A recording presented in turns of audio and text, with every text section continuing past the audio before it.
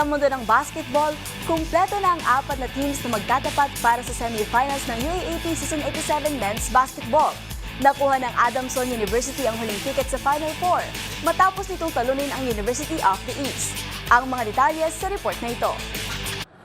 Dinomina ng Adamson University ang University of the East para tuluyang makuha ang huling slot sa Final Four ng UAAP Season 87 Men's Basketball. Sa ginanap na laro kagabi sa Mall of Asia Arena, tinalo ng Soaring Falcons ang Red Warriors with a final score of 68-55. Pinangunahan ni Cedric Manzano ang San Marcelino Bay squad matapos makapagtala ng 17 points, 10 rebounds, 4 assists, 2 steals, and 2 blocks. Malaki rin ang naging role ni Matthew Montebon with 13 markers and 6 boards. Nakapagtala ng early lead ang Adamson at 10-2 na sinundan pa ng 18-0 run, building their momentum for a 39-30 lead sa halftime. Sa second half, nagpatuloy ang dominasyon ng Soaring Falcons para mapalobo ang Kalamangan sa 58-43.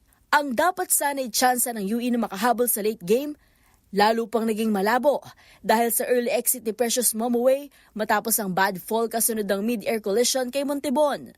Dahil sa panalong ito, makakatapat ng Adamson ang defending champions na De La Salle University sa semifinals na magsisimula na sa Sabado, November 30. Habang makakatapat naman ang second seed University of the Philippines ang University of Santo Tomas.